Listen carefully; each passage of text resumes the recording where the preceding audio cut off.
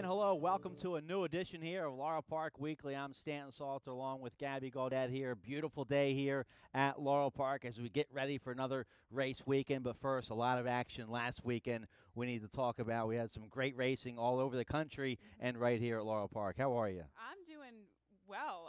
It took, Monday and Tuesday to recover from this past weekend. There was so much stuff going on. We had 6 stakes here locally. We had, other stakes in terms of the 3-year-old division this past weekend as well, and that older male division. So there was a lot going on from coast to coast. All right, let's take a look at the Ohio Derby. The 3-year-old picture continues to be wide open. Doug O'Neill with a nice 3-year-old IRAP. He went to Ohio and got the money in the Ohio Derby. Let's take a look here. This is from Thistle Downs. Doug O'Neill, he got the money when this horse was a maiden in the bluegrass, right? Exactly. Now a big win here in the Ohio Derby. Everybody thought they were crazy for running a maiden in the bluegrass, and then wouldn't you know it, he actually won at I think it was 30 to 1, 31 to 1. And he actually wasn't the favorite in this race. They bet down Gervin to 4 to 5 favoritism. Of course, Gervin, there was a lot of talk about him going into the Kentucky Derby. But I thought this was an especially strong race by IREP because he didn't get everything going his way going into the first turn. He seemed to be a little bit ranked, giving Julian Leparoux a tough time going through the first turn and kind of on the backstretch. But he overcame that. And it's a tricky camera angle. You actually thought that Gervin won the race. So there's a little bit of an uproar on Twitter about that. A little controversy, but good to see our main man, Doug O'Neill, get the money with IRAP in the Ohio Derby. So who's the best 3-year-old out there now? I'm still waiting for the Haskell and eventually the Travers. But I will say one thing. Well, the Kentucky Derby has been a pretty productive race, hasn't it? We've seen several horses come out and win in their next starts. Yep, so IRAP continues the wide open 3-year-old picture. Nice win for Doug O'Neill. The Affirm Stakes was a nice race for 3-year-olds out there at the great race place, Santa Anita. Battle of Midway, a nice horse here for trainer Jerry Hollendorfer. He won really easily as well, and I thought that this was a brilliant ride by Flevian Pratt. Just going out on the front end and kind of slowing that pace down to reserve enough left in the tank to kick clear from the rest of the field. Now, this horse was heavy favorite. He was 1 to 9 going against 3 others, I believe it was, just a field of 4. So he got a 94 Beyer speed figure for this victory, but Jerry Hollendorfer, his trainer, saying that he's developing into a really nice horse, and the Haskell is likely penciled in for his next start. An Irish War Cry waiting for him there, and the Haskell and the Travers going to shape up, and also the Jim Dandy at Saratoga, and the 3-year-old sprint division as well. It's wide open, but that means there's a bunch of great 3-year-olds out there we can root for. Exactly, and I think in the beginning of the season, right, Stan, we all thought the same thing. We thought, okay, well, Classic Empire, he was a juvenile champion. He probably has the most credentials going into Derby season, but they've kind of all matched each other. They're now on a level playing field, so I think it's going to see, what we're going to see is, those boys maturing into men, who's going to stand out from the rest in the second half of the season. Yeah, and it could be a completely different picture. A bunch of good ones out there. There might be some other ones waiting in the wings to shine later on in their 3-year-old year. So an interesting 3-year-old picture. Collected had a nice win out there at Santa Anita in the older handicap division, the Precision Stakes. We've seen some good ones around here. We saw Shaman Ghost, who was second to Arrogate. We saw Shaman Ghost win the Pimlico Special. Let's take a look here at Collected's win in the Precision. It's another nice older horse in the barn of Bobby Baffert. He's got a few nice ones, I would say, especially it was solidified after Belmont Stakes weekend when we saw More Spirit, West Coast, American Anthem. He just romped that day, and we could see in the Precisionist Collected romp. And this particular race, he drew off to win by 14 lengths, Stan. He got a 111 Beyer speed figure for that. It was pretty much a paid workout. And Bob Baffert saying after the race, he was actually dabbling in running him in the Gold Cup at Santa Anita. That was back on the 24th of May. He instead ran Cupid in there after Collected didn't breeze to his liking. So gave him a little bit of a breather there, brought him back to this mile and a 16th race. And like I said, paid workout, won by 14. Pretty impressive. Yeah, with a 111 Beyer speed figure. That puts him right up there. Does it put him, though, up there in the category of Arrogate and Shaman Ghost? Probably not, but we also have more Spirit to consider too. He's got an arsenal of horses, whether it be in the 3-year-old division or older male division. And you talking about 3-year-old fillies too. He's got Abel Tasman, so he's checking all the boxes really this season, as he has done for the past couple of decades. The Hall of Famer Bob Baffert having a good year, no surprise there. So, all right, 3 good national races in the books there. The Ohio Derby, Affirm Stakes, and Precisionist. We've talked about them. We had 6 stakes here at Laurel Park last Saturday. It was the Class on the Grass. The handle was huge. We were over 3.3 million in handle, which was up about $1 million from last year. Some great racing at Laurel last weekend. We'll take a look at those races. Let's get a quick commercial break. The all-new Laurel Park is beyond your expectations. Feel the anticipation.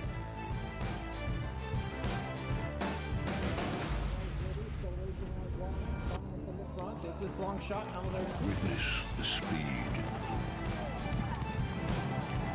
Experience the thrill.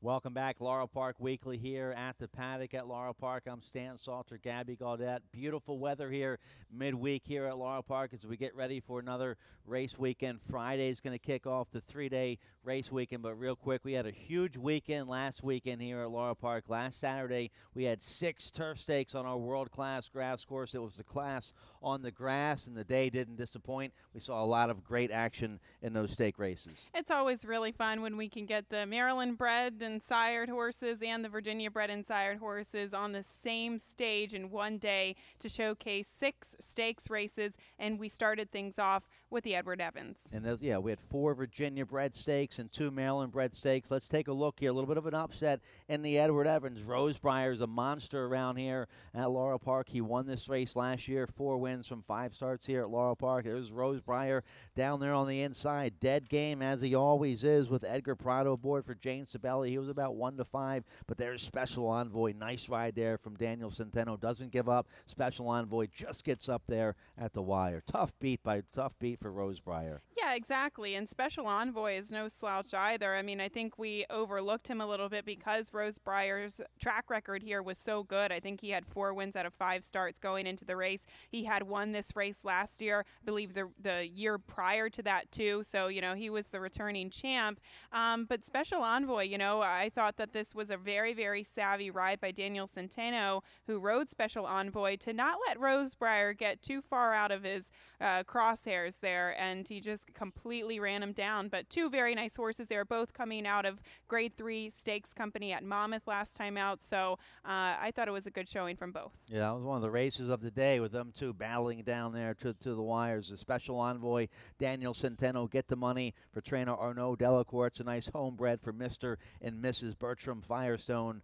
Special Envoy by Stroll, a 6-year-old Virginia bred in the Edward Evans. The next stake was the Nellie Mae Cox for Virginia bred filly and mares, 3 and up, going a mile. Let's take a look here at at Queen Caroline. She won this race last year, and she was dominant again for trainer Michael Matz. Alex Centron, a nice ride here on Queen Caroline. She went off as your 4-5 favorite, and really, if you looked at the big picture of the race, it didn't look like there was a tremendous amount of speed in there, and we can see the very slow fractions that they set in this race. 25 flat for the opening quarter, almost 50 for the half. So she really just got the perfect ride, the perfect trip to make it back-to-back victories in the Nellie Mae Cox. But she was coming into this race with different credentials than she did last year. Last year, she was a recent maiden winner. This year, she was coming in going against stakes, even graded Stakes Company. So she looks like she's an all right type of filly for Michael Matz. Yeah, and talking to Michael Matz, good to see him here. He's here in the winner's circle for the Nellie Mae Cox. And this 4-year-old filly, she's won this race 2 years in a row. She won a couple stakes at Indiana. I think she's sitting on a big campaign. She wasn't maybe quite good enough for the Grade 1 last year or the Grade. Well, she ran a decent 4th in the Grade 3 Gallaret, but I think as this year goes on, she's a 4-year-old filly by Blame, I think, just finding her best stride. I think she's going to be a major player here in this older filly and mare turf division going long. She strikes me as the type that will develop as she gets more experience and gets older, because it took her, I believe, a couple of starts. I don't have her PPs in front of me, but it took her a couple starts to break her maiden, but once she finally did that, it looked like she just kept on getting better and better, and that's what we've seen from her in the past year. But a good, I would imagine that people like Michael Matz and her connections are excited for days like this, because you start, running out of your conditions, and you have a older turf mare that you're just facing some of the best older turf mares in the country going against graded stakes company. So this is a nice little refresher, little confidence booster.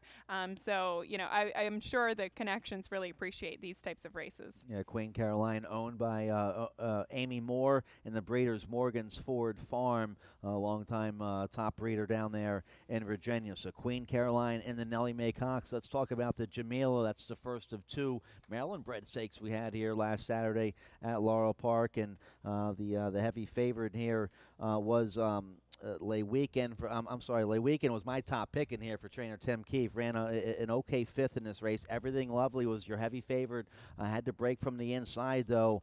This race won by Daylight Ahead. A nice $14 winner. This was the first leg of the Rainbow Pick Six. I had this horse, so I was all excited. I'm live in the Pick Six with a $14 horse. I didn't hit the Pick Six for $17,000 like they did last Saturday. But let's take a look here at Daylight Ahead. Nice win for trainer Hugh McMahon and jockey Katie Davis. They continue to stay red hot together here. Hugh McMahon and Katie Davis, they're about 25-30% here recently at Laurel Park. And not only is Daylight Ahead getting better and better, but Katie Davis is getting better and better. I remember watching her a couple months ago thinking, man, she's pretty good. But now watching her now in comparison to a couple months ago, she's getting stronger. She's riding smarter races. And we see the statistics just, skyrocketing between Katie Davis and Hugh McMahon. I thought it was a good showing from her. I also thought it was a good showing from Lovable Lady, who she really dances every dance. They've sprinted her on the dirt, on the turf, everywhere in between, and she shows up every single time. She was a pretty courageous second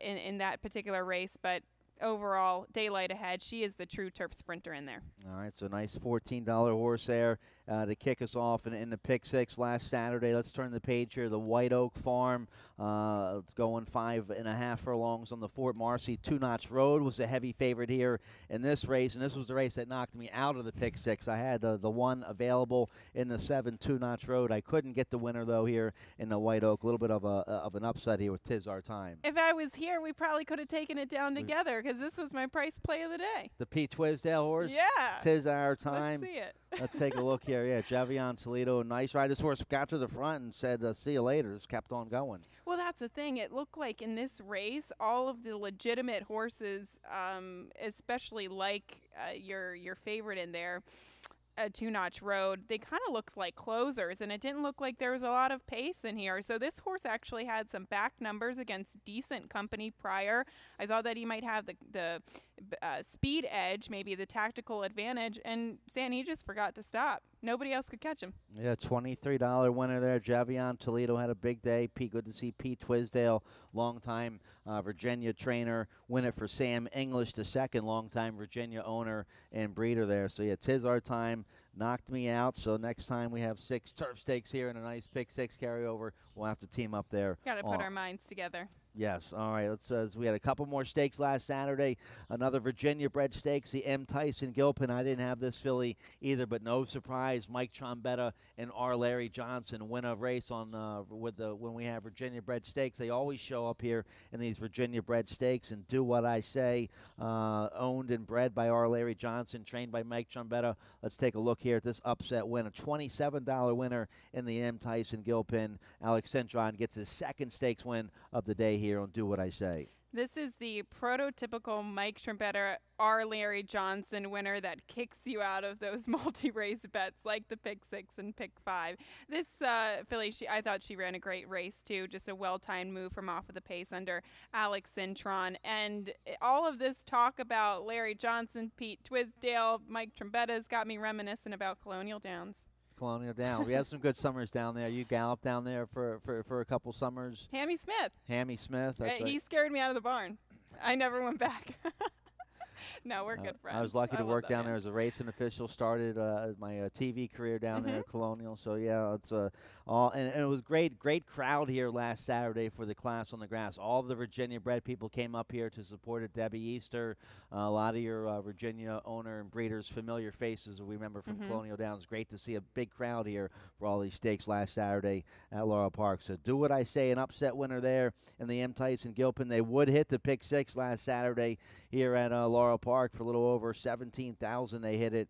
Let's take a look at the feature of the day, the Mr. Diz for Maryland Breds. Of course, Ben's Cat was in this race here for the Hall of Famer King T. Leatherberry. He's a Maryland Bred champion. He had to go against another Maryland Bred champion, Flash Phelps. He's won the Maryland Million Turf his last 2 years in a row. Here's his 6-year-old debut, and it was a winning debut here for trainer Rodney Jenkins, Hillwood Stable, the owner Victor Carrasco. Here comes the Flash on the outside in the Hillwood Stable colors with that white shadow roll. And we actually haven't seen Flash Phelps since last fall, so he was coming in off of a sizable layoff. I know Rodney Jenkins, he wanted to bring him back a couple months sooner, but for whatever reason, this was his seasonal debut. And this was a good race because I don't necessarily think he's a turf sprinter. I just think he is very talented and he can win wherever they decide to put him. But I think this is a good race to get one underneath of his belt off the layoff, and we're probably going to see him stretch out to a distance of ground in his second start off the layoff. But it was a good weekend, good couple of weeks for Rodney Jenkins and Miss Ellen Charles with Hillwood Stables, because they got that victory with Flash Phelps off the layoff. They had the victory last weekend with Shimmering Aspen, and I think they had success at the yearling sale too. Yeah, at the yearling show this past Sunday, the Maryland Horse Breeders yearling show. It was the 83rd annual Maryland Horse Breeders yearling show. Dale Romans was the judge, and Bandbox, who was a greatest stakes winner here at Laurel Park for Hillwood Stable, and Rodney Jenkins, he's a new sire here in Maryland, stands at Northview Stallion Station. Bandbox, the leading stallion at the yearling show this past Sunday. So yeah, the Hillwood Stable, Ellen Charles and Rodney Jenkins been on a roll these past few weeks. They're a good team, and you know, we're talking about connections too, like Larry Johnson, Mike Trombetta, Mrs. Ellen Charles with Hillwood Stables and Rodney Jenkins. These are, you know, when you're a trainer in the game, you've got to be so appreciative of owners that just back your program for as many years as they have.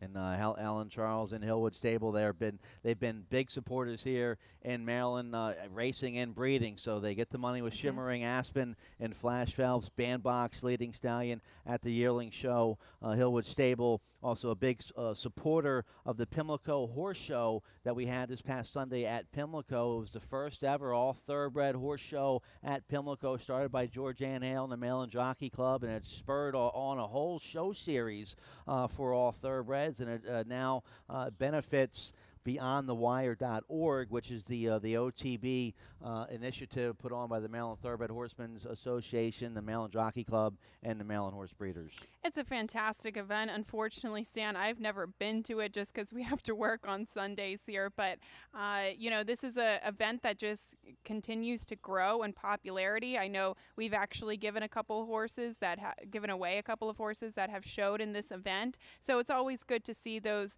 retired thoroughbreds that, you know, are being so well taken care of after the career, or, you know, just the stories, memories that they've given us throughout their racing career, to be retired and continue on working, because horses like to work. They like a purpose. So, you know, in the afterlife, so to speak, it's good to see them having success outside of racing. And Rodney Jenkins has been the judge in the hunter ring at the show the past few years. Of course, Rodney Jenkins, and one of the all-time great show riders in the history of whether it's show hunters or open jumpers. Rodney Jenkins in the Hall of Fame, one of the best. He's been the judge at this show. Hillwood Stable's been a sponsor.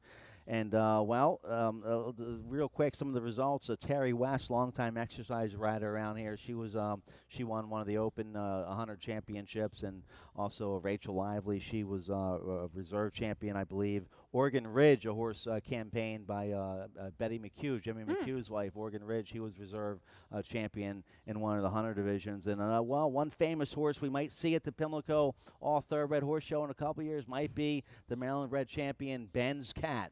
Ben's Cat leaving Laurel Park this Wednesday, kind of bittersweet, but there he is. He's 11 this year, 5-time Maryland-bred Horse of the Year, made over $2.6 million in earnings. Some cool pictures there. There's the cat with the Hall of Famer, the trainer King Leatherberry, who also owned and bred the champion. It's so bittersweet to see this horse go, but King Leatherberry is doing the absolute best thing for the horse. He came back off of the layoff this season, and he had excuses in his first race, had excuses in his second race, but I think we should have seen the real Ben's Cat resurface in the Mr. Diz this weekend, and we didn't. So I'm happy to see the Connections do the right thing with Ben's Cat being retired, finding a second career, going out to Kentucky. He's going to have a grand old time, and we'll show you his career lifetime stats. Oh my, very impressive. Of course, he was born in April of 2006. He had 63 career starts. He had 32 victories, a couple of seconds and thirds in there. He won 11 times on the dirt and 21 times on the turf, totaling career earnings of $2.6 million. And he's really special, not only in Maryland, but really throughout the Mid-Atlantic and the whole entire country, the fan base that this horse has had throughout his career, and showing everybody that keep these horses in training, because they can win till they're 10, 11 years old, and they just get better and better and better. Well, and he was managed brilliantly by the Hall of Famer King Leatherberry. The horse didn't run. He had an injury when he was young, and he needed stall rest for a good long period when he was young. And King Leatherberry was very patient with him, gave him the time. He didn't make his debut until he was 4 years old, and then he got every wintertime off. So he was managed brilliantly, and that's why he lasted until he was 11. He was running against stakes horses out there. It's not like Leatherberry didn't drop him into an allowance race or claiming races. He's still running against some of the top turf sprinters in the country. He just wasn't that good. So yeah, he does the right thing now, and he's going to a nice farm. I spoke with this lady earlier, Chris Welker from Spring Ridge Farm. It's a 75-acre farm down there in Versailles, Kentucky. It's a thoroughbred breeding farm. They keep about 25 horses there. And this lady, she's a show horse lady in the show ring, the show hunter ring, and she keeps a couple geldings around, retired geldings off the track, and makes them show horses. She said if Ben wants to be a show horse, he can be a show horse, or if he just wants to hang out on a lush 75-acre farm in Versailles, Kentucky, he can do that as well. So I'd say those are two pretty decent options, wouldn't you? I want to go with Ben. I want to go with Ben too. We're too young to be turned out to pasture. Yeah, Ben has definitely deserved it, and I'm going to ask you the same question, but here, what's your favorite Ben's Cat memory? Well, he's like a time capsule. I can remember his first Maryland Million win back in 2010, and so many memories since 2010 with this horse. And certainly the Jim McKay Turf Sprint, the one last year, 2010, what a big-time win that was. And he's just a remarkable horse. I remember one time here in the wintertime when he was a younger horse, he won a stake going long on the dirt.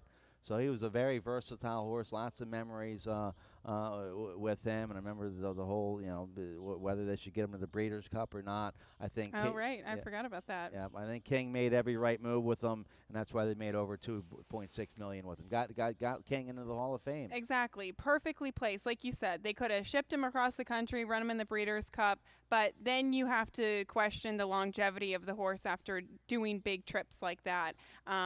Just perfectly managed, and I would say my favorite race by Ben's Cat was last year in the Jim McKay Turf Sprint on Preakness weekend, just because how emotional King Leatherberry was with that victory and how explosive he was coming down the stretch under Trevor McCarthy. But Stan, he is like a time capsule to me, because his first start was before I even graduated high school. Let that sink in. I like it. Well, lots of good memories with Ben's Cat. He's leaving. We do this show Wednesday. He's leaving here this evening on the van ride down to Versailles, Kentucky. So long, Ben's Cat. Thanks for all the memories. You gave us plenty. He absolutely did. All right, let's get a quick, another real quick horse we want to talk about. Sad news we heard today. We know this horse around here well. Better Talk Now for trainer Graham Motion. He won the Breeders' Cup turf back in 2004 down there at Lone Star. He won the Dixie at Pimlico in 2006. What a horse this was for trainer Graham Motion.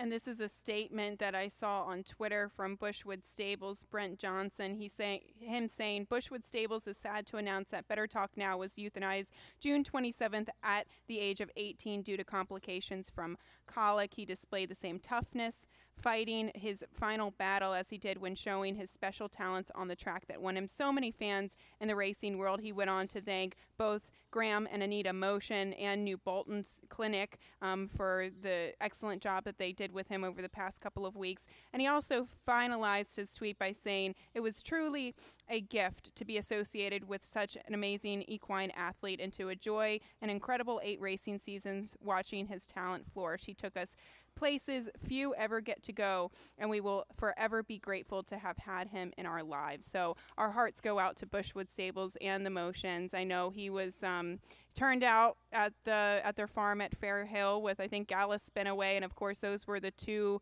main horses that got Grand Motion on the big scene. Yeah, Gallus Spinaway was a local stakes horse around here. He got from Bernie Bond, and Better Talk Now, yeah, really put him on the national scene. What a monster he was. He was 27-1 when he won that Breeders' Cup Turf at Lone Star. I remember like yesterday, what a ride by Ramon Dominguez. Dominguez was on the outside, coming about 3 wide. Johnny V's on the heavy favorite, covered up. Johnny V trying to fight out, but Dominguez beat him to the hole, and Johnny V had to steady. There was a big objection and everything, but Dominguez stayed up at 27-1. I had the horse on my pick 6 ticket, but for some, I was in love with Funny Side that year in the Classic, and Ghost Zapper sets a world record. Everything goes back to you in a pick 6 ticket, I swear. But this horse, he was second at 10, I believe, in the Grade 1 Sword Dancer. He was second as a 10-year-old. Better Talk Now. He won the Manhattan, and he beat English Channel in the Manhattan. I mean, this is a Hall of Fame type of horse, and we're really, really sad to see him go. But I know he was having some complications over the past couple of weeks. New Bolton Clinic doing the best that they could. Sad to see him go, and our hearts go out to his connections. All right, let's get a quick commercial break. Big weekend of racing coming up here this weekend down there at Gulfstream. A bunch of sprint races down there. Some of the top sprinters in the country at Gulfstream. We'll talk about those, and also the beautiful racing we have here at Laurel Park as well.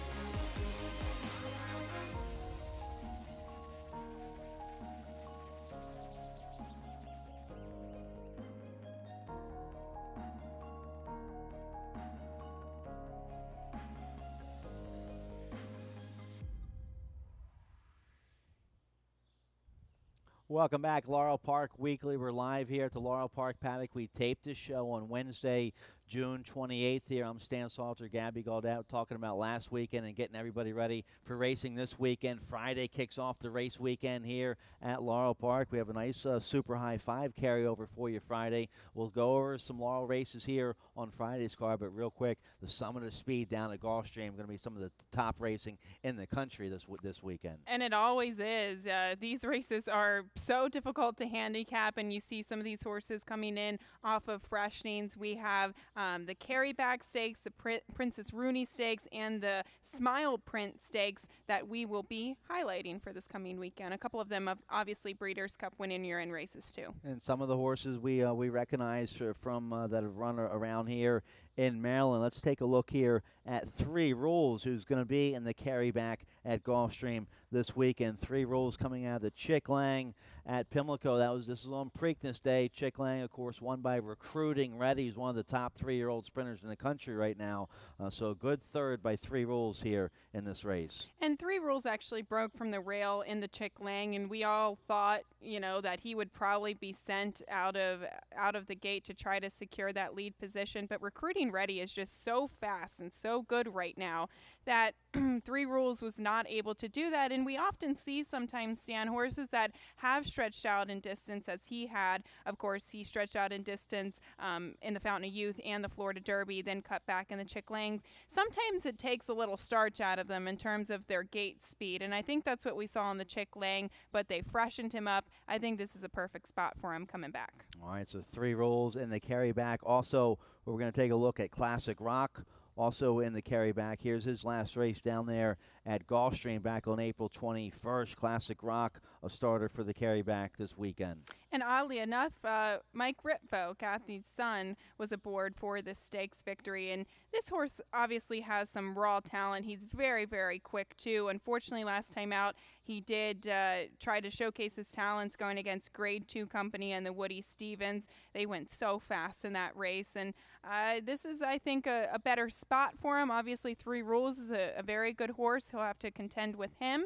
Obviously, they haven't drawn the races yet. I think post position will come into play. But he's quick, and he surely loves Gulfstream. That was a daylight win, 123 and change. That's a serious time by 7 furlongs, and it looks like he just dusted the competition in that race. Absolutely. So it'll be a very competitive, and I'm predicting fast race. in the Summit of Speed, some other fast races down there. The Princess Rooney for the filly mares. Destenta, let's take a look at her last race and the inside information down there at Gulfstream. She's going to be a filly to contend with this Saturday in the Princess Rooney. Yes, and this was Destenta's victory here. This was in the inside information. Dearest was going against her. She, too, is nominated for this particular race this coming weekend. I've always been a fan of Dearest. I thought that this race, I was curious to see her maybe not go to the lead, but still courageous finish by Dearest. So it'll be interesting to see both Destenta and Dearest perhaps getting to the same stage again this weekend. But I'm a big Dearest fan for one reason or another. She had a couple of victories down in South Florida. She was second in the Priory. She won the Sugar Swirl. So I'm leaning towards her if we do see both those fillies come back to the same stage this weekend. All right, some of the top sprints in the country this weekend, this Saturday down there at Gulfstream. Another one is the Smile Sprint at Gulfstream this Saturday. Awesome Banner. We know this horse from the Maryland Sprint Preakness Day at Pimlico. Let's take a look here at Austin Banner's last race. And considering what he went against, I thought this was a very good performance from him. He was going against Holy Boss, AP Indian, your eventual winner Whitmore, who just came with a huge run from off the pace to get everybody at the wire. So this was a horse, they gave him some time off and they brought him back. I thought pretty aggressively placed since a layoff, since actually February. They ran him in the Grade 1 Carter handicap at Aqueduct. The Maryland Sprint turned out to be maybe a little bit better than a Grade 3 because we have all these horses coming out of the Breeders' Cup type races too, like AP Indian. So this will be a good spot for him to maybe get his feet back underneath of him. Yeah, Whitmore was a monster winner there in that race. So good luck to Austin Banner, another horse that we know around here that's going to be in the Smile Sprint this Saturday's Imperial Hint. His last race was the General George when he won. So he's been freshened since the General. Here's his win, a good-looking win here in the Grade 3 General George. And I can remember when this horse came in to run in the Fire Plug, he was coming off of a victory at Parks the start before that, and I'm thinking, no, his speed's just going to, he carried his speed at Parks. He's not going to translate that to Laurel, but he surely did in the Fire Plug, and he did it once again in the General George. That was a very nice, handy victory. The only major concern, Stan, is the layoff. I mean, we haven't seen this horse since February. Oh, he ran his eyeballs out in that race. 1:21.1. It looked like the final time in the Grade 3. So he's been freshened since then. He's going against Stakes Company, so obviously the connections think he's doing well. If he's on his game, and like we saw in the Grade 3 General George, he's got to be one of the favorites in this race, right? He's coming off 2 stakes victories, one graded, one non-graded. So we'll see. I think Awesome Banner might take some money. We'll see who winds up showing up in the race. Obviously, there's a long list of nominations, but those two really popping off the page. All right, let's take a look here at some nice races we have Friday here at Laurel Park. A nice 10-race program we have for you Friday. 5 races on the grass. We have a nice little carryover in the Super High 5. That's over 5,000. The Rainbow, there's the Super High 5, a little shy of 5,900 there in that Super High 5. It's a low 15% takeout on the Super High 5, and that should start race 1, assuming we don't have any scratches. Race 1's a playable 7-horse field, so every race with 7 or more entries, we'll have the Super High 5. So we have a 7-horse field in race 1 for Friday, so assuming we have no scratches in the opener, this will get played well with that carryover in a playable 7-horse field. It always does. When we have a little bit of a carryover and a manageable field, they really bet this particular wager. So looking forward to that. We also have a little carryover in the 20-cent Rainbow 6, $747. Of course, it was hit on Saturday afternoon, so kind of starting from scratch there. But interesting sequence. We've got 2 really nice maiden special weights on the card and headlined by a nice allowance race, too. We had a couple big scores last Saturday on that big stakes race day. Pick 6 hit for over 17,000. It hit the late pick 4 last Saturday for a little over 20,000. So a few people made some nice scores here with all those turf stakes last Saturday at Laurel Park. Let's talk about a few of these races here on Friday at Laurel Park. Race 3 is going to be our first turf race. It's a nice maiden special weight, going 1 mile and a 16th on the all along maiden special weight for 3-year-olds and upward, and some nice ones in here. Arnaud Delacour has a nice one, a nice 3-year-old by Elusive Quality. Surprise Twist with Daniel Centeno probably figures to be one of the favorites in this race. That looks like a really competitive race. We also have another nice maiden special weight. That is in the 7th race, going out to the turf at 1 mile and a 16th. And we've got some very lovely pedigrees, one of them being the first-time starter for this 3-year-old filly for Shug McGay. He is a homebred for Stuart Janney by Tappet out of Quiet Harbor, who I believe was a multiple graded stakes winner. So you get that pedigree. You get some other horses who've got some nice races under their belt too. So 2 very solid maiden special weights on Friday. And it's great we get to see these kind of connections, these kind of horses run here frequently now at Laurel Park with the increased popularity over the years of the Fairhill Training Center right here in Maryland, up there in Cecil County. Elkton has become one of the top training centers in the country. Grand Motion with a large string up there. Shug McGahee, Tom Proctor, Tony Dutrow, a bunch of other Delacour. Delacour up there, Jimmy Toner up there, I believe.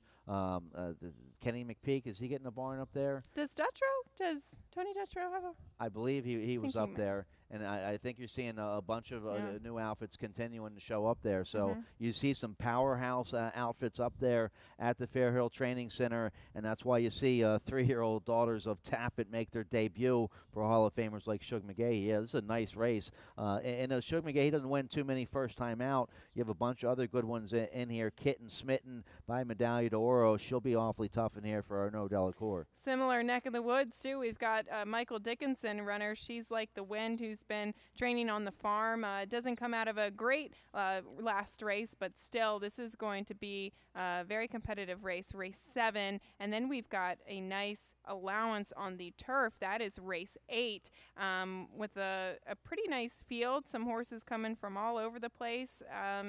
Yeah, that's going to be a competitive headliner, too, race 8 on Friday. Yeah, Grand Motion has a 3-year-old filly by Shackelford. She's making her turf debut here in this race. You get Fergal Lynch aboard. She'll get bet. Jane Sabelli, she's a monster on the turf. OKK is going to be one of your favorites in here. 3-year-old filly by English Channel. Edgar Prado aboard. So that's a nice filly and mare allowance contest going 2 turns. Race 8, that's going to be on the all-along turf course there for race 8. So 5 turf races, 10 races in total for you on Friday. That's going to be a nice card, nice carryover in that Super High 5. Rainbow Pick 6, that'll start in race 5. We have a nice handicap and challenge here for you this Saturday at Laurel Park. Let's show you you that. The All-American Handicapping Challenge, that's for you this Saturday for all you handicapping challenge players. And you have to be a premier player here at Laurel Park, so go up to guest services and sign up for that. We are both members. It's a great incentive to get you playing on this All-American Challenge. Again, that is Saturday, July 8th. And guess what? We also have the Crab Feast coming up. You excited? Best crab feast of the summertime. Yes, thank you to the marketing department for putting on the biggest crab feast of the summertime. This is going to be a beautiful thing. Sunday, July 30th. This is always well attended. I don't know if we've had it the past couple of years, but when we've had this in the past, we get a big turnout here. That we get good. This is Maryland here. We're not going to be no jiving around here on the crabs. We're going to get some nice large Maryland hot steamed crabs here for you. Sodas and draft beer included. This is going to be on the Laurel Park apron. Go to laurelpark.com to learn more about the big crab feast Sunday, July 30th. Plus live racing and a DJ. What could you ask for? What more could you ask for? You've got racing, DJ, a crab feast with cold beer on a warm summer's day here in Maryland. Can't get any better than that. Yeah, it'll be the biggest party of the summertime. So go to laurelpark.com to learn more about that crab feast. We're going to have beautiful weather all week. I believe in the upper 80s, low 90s, no humidity. We'll be fast and firm here. So we'll have a bunch of big fields, not only on the dirt, but of course, we'll have those big fields on our world-class turf course here. Absolutely. We took a look at some of the things that will be happening this weekend. We're going to have some great racing on tap, great weather here at Laurel Park, and a special send-off to Ben's cat. Yeah, Ben's cat. He's leaving Laurel Park here. He's going to a lush 75-acre farm down there in Versailles, Kentucky. We'll have more on Ben's cat. I think we're going to have a little party for him sometime around here at Laurel Park. There he is, the Hall of Famer King T. Leatherberry, Ben's cat. Now, you think he gets into the Hall of Fame first ballot. I think eventually he does get into the Hall of Fame. Question is, does he get in first ballot? He never did win a grade 1. He's a monster. We know what he did, but some people out there are going to argue, well, he never won a grade 1, so maybe he's not first ballot Hall of Fame. I think eventually he does get in there. Just a question, does he get in there the first try? And it's kind of funny if you think about it, how King Leatherberry got into the Hall of Fame versus how Ben's cat potentially might get into the Hall of Fame. They're both kind of blue collar, so to speak. A majority of the wins that King Leatherberry showcased were claiming races, really. I mean, he had several nice stakes horses like Aw Day, like Ben's cat. I'm not thinking of any more right now, but, a small handful there, but majority of his races were at the claiming game, and how he worked the claiming game. Ben's cat, he didn't win a grade 1, but like I always like to say this, he danced really every dance for a very, very long time. So it's similar, both human and equine. I think it'll be a good show horse. We'll continue to follow him and have updates for you on Ben's Cats and our thoughts to the connections at Better Talk Now. Thanks for watching. We had a great show here. Fun to do this show again, talking about last weekend, all the big stuff coming up this weekend here at Laurel Park. Go to laurelpark.com for all your most recent press releases and promotional announcements that are coming up. Thanks for joining us, and we'll see you this weekend here at Laurel Park.